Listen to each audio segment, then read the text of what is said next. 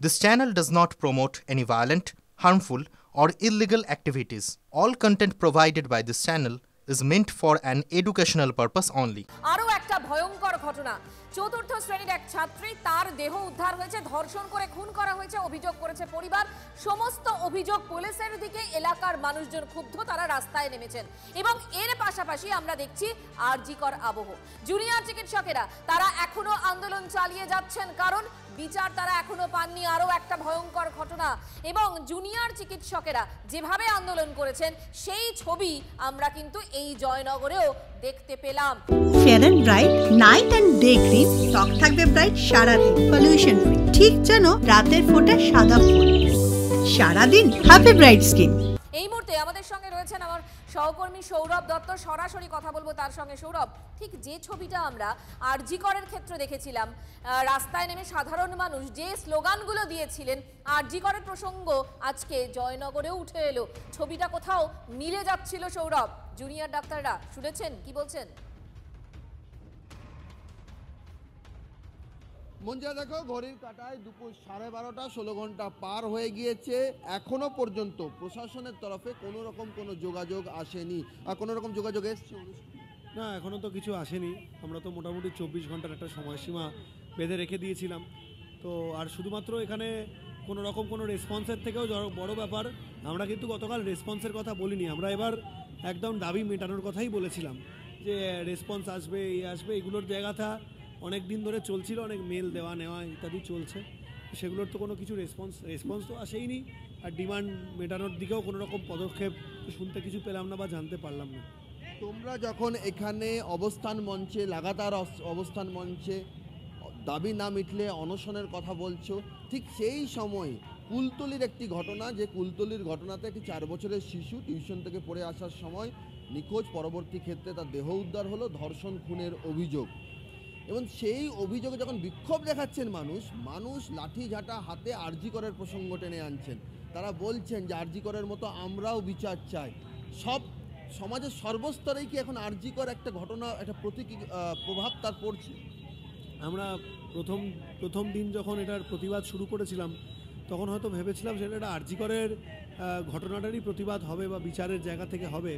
কিন্তু মানুষের এই ব্যাপক যে রেসপন্স আমরা পেয়েছি, সেই জায়গা থেকে দাঁড়িয়ে আমরা যেটা বুঝতে পারলাম সেটা হচ্ছে যে সামগ্রিকভাবে যে একটা রেপ কালচার তৈরি হয়েছে বিভিন্ন জায়গায়। আমরা কিছু স্ট্যাটিস্টিক্সও রয়েছে আমাদের, যে কিছু ঘন্টায়, কিছু প্রত্যেক দিনে কত করে কোথায় কি হয়। এই সামগ্রিকভাবে এই জিনিসটারই হয়তো প্রতিবাদের একটা মাউথপিস এই আরজিকরের আমাদের এই প্রতিবাদটা। তার কারণটা হচ্ছে আমরা বারবার এই কথাটা বলেছি প্রত্যেকটা জায়গায়, যে এই ঘটনাটার পরেও, সেটা আরজিকরের ঘটনা হোক বা এরকম ধরনের যে রেপ মার্ডারের যে ঘটনাগুলো হয়, এটা যদি দৃষ্টান্তমূলক শাস্তি না হয়, তাহলে এই রকম ধরনের একটা সমাজের দিকে তাকিয়ে রয়েছি, যে সমাজে এই ক্রিমিনালগুলো হয়তো বড় বড় করে বুক চিতিয়ে বলতে পারবে আরেকটি আরজিকর করে দেবো। সেই আরজিকরের প্রসঙ্গ কিন্তু এখন যথেষ্ট প্রাসঙ্গিক, সেই জায়গাটা আরজিকর প্রাসঙ্গিক, কারণ এত বড় একটা আন্দোলনের রূপ নিয়েছে। এবং এই ধরনের ঘটনাগুলো, এই যে তুমি যে ঘটনাটার কথা বলছিলে, এইগুলোকে আটকানো বা এইগুলোর একটা কোথাও একটা বিচার, এই যে আমরা এই যে এত আন্দোলন করছি, এতদিন ধরে রাজপথে রয়েছি, এখান থেকে বিচারের জায়গাটা যদি কোথাও তুলে না আনতে পারি, তাহলে কিন্তু আমরা সমাজকে এই বার্তাটা দিতে পারলাম না একটা বিচারে। কিন্তু সেই কাঠগড়ায় পুলিশ, ক্ষোভটা কিন্তু পুলিশের ওপরে গিয়ে পড়ছে, কারণ এক্ষেত্রেও পুলিশ সময় অভিযোগ গ্রহণ করেনি। তোমরা বলছো পুলিশ সময় যে পদক্ষেপ করার কথা ছিল সেটা করেনি, তাই তথ্য প্রমাণ নষ্ট হয়েছে। সব ক্ষেত্রে কাঠগড়ায় পুলিশ, কলকাতা পুলিশ হোক, রাজ্য পুলিশ।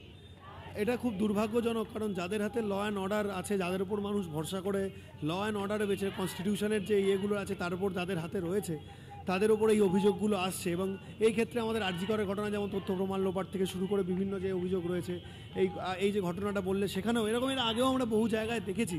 এবং এই জায়গাটা তো একটা সেই জায়গা থেকেই একটা সামগ্রিক জায়গা। এবং আমরা মনে করি, আমরা এখনো মনে করি, প্রতিবাদ এখনো চলছে, আন্দোলন চলছে, পুলিশের বিরুদ্ধে অভিযোগ গুরুতর রয়েছে, কিন্তু তারপরেও নারী নির্যাতনের মতো ঘটনা, সেই ঘটনাগুলোতে কোনোভাবেই রাশ টানা যাচ্ছে না।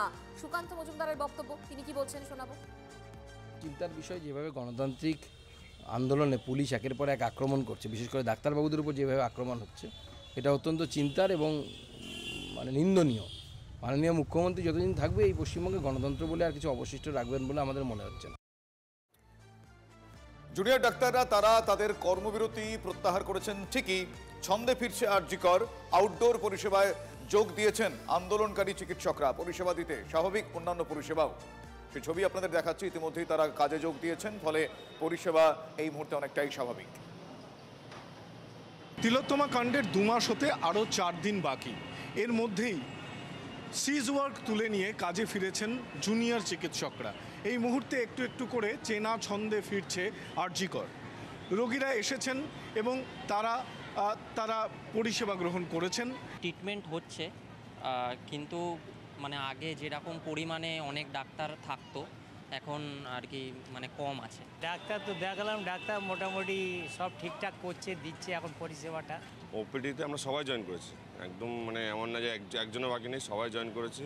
হ্যাঁ, পেশেন্ট পুরোপুরি আসতে পারেনি এখনও, পেশেন্টরা এখনও এসে উঠতে পারেনি, কারণ যে পরিমাণ ভিড়টা হয় সেই ভিড়টা আমরা একদিনই লক্ষ্য করতে পারছি না, যেহেতু হয়তো সবার কাছে পৌঁছায়নি যে সিজওয়ার্কটা উঠে গেছে, 1-2 দিন টাইম লাগবে।